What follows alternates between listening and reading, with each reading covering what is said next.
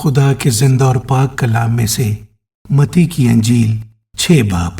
خیرات کے بارے میں تعلیم۔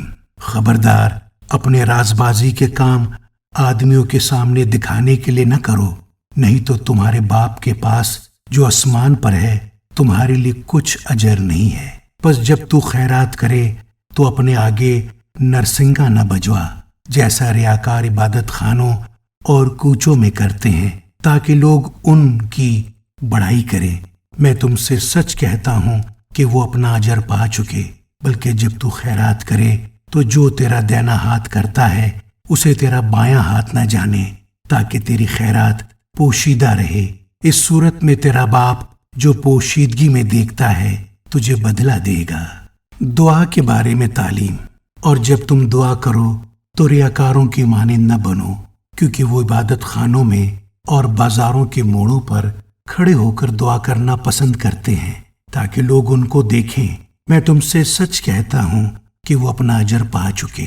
بلکہ جب تو دعا کرے تو اپنی کوٹری میں جا اور دروازہ بند کر کے اپنے باپ سے جو پوشیدگی میں ہے دعا کر۔ اس صورت میں تیرا باپ جو پوشیدگی میں دیکھتا ہے تجھے بدلہ دے گا۔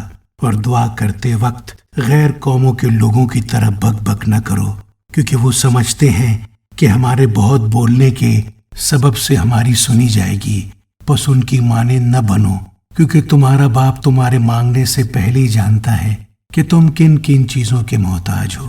پس تم اس طرح دعا کیا کرو کہ اے ہمارے باپ، تو جو آسمان پر ہے، تیرا نام پاک مانا جائے، تیری بادشاہی آئے، تیری مرضی جیسی آسمان پر پوری ہوتی ہے زمین پر بھی ہو۔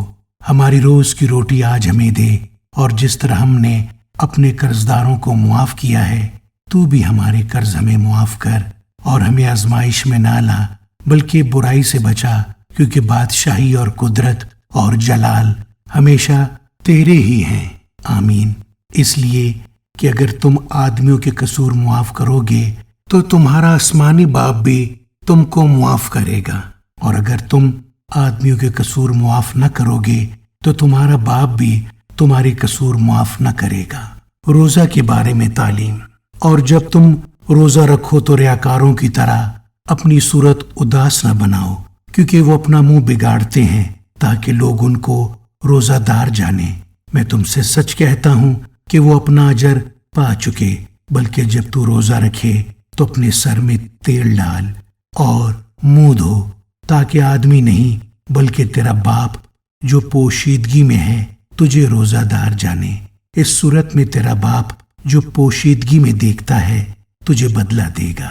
آسمان پر خزانہ۔ اپنے واسطے زمین پر مال جمع نہ کرو، جہاں کیڑا اور زنگ خراب کرتا ہے اور جہاں چور نقب لگاتے اور چراتے ہیں، بلکہ اپنے لیے آسمان پر مال جمع کرو، جہاں نہ کیڑا خراب کرتا ہے، نہ زنگ، اور نہ وہاں چور نقب لگاتے اور چراتے ہیں۔ کیونکہ جہاں تیرا مال ہے وہیں تیرا دل بھی لگا رہے گا۔ بدن کا چراغ۔ بدن کا چراغ آنکھ ہے۔ پس اگر تیری آنکھ درست ہو تو تیرا سارا بدن روشن ہوگا، اور اگر تیری آنکھ خراب ہو تو تیرا سارا بدن تاریک ہوگا۔ پس اگر وہ روشنی جو تجھ میں ہے تاریکی ہو تو تاریکی کیسی بڑی ہوگی۔ خدا اور دولت۔ کوئی آدمی 2 مالکوں کی خدمت نہیں کر سکتا، کیونکہ یا تو ایک سے عداوت رکھے گا اور دوسرے سے محبت، یا ایک سے ملا رہے گا اور دوسرے کو ناچیز جانے گا۔ تم خدا اور دولت دونوں کی خدمت نہیں کر سکتے۔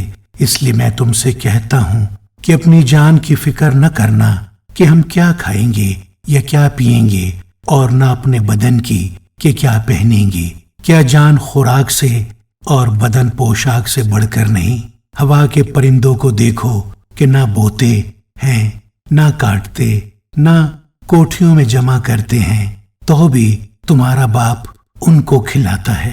کیا تم ان سے زیادہ قدر نہیں رکھتے؟ تم میں ایسا کون ہے جو فکر کر کر اپنی عمر میں ایک گھڑی بھی بڑھا سکے؟ اور پوشاک کے لیے کیوں فکر کرتے ہو؟ جنگلی سوسن کے درختوں کو غور سے دیکھو کہ وہ کس طرح بڑھتے ہیں۔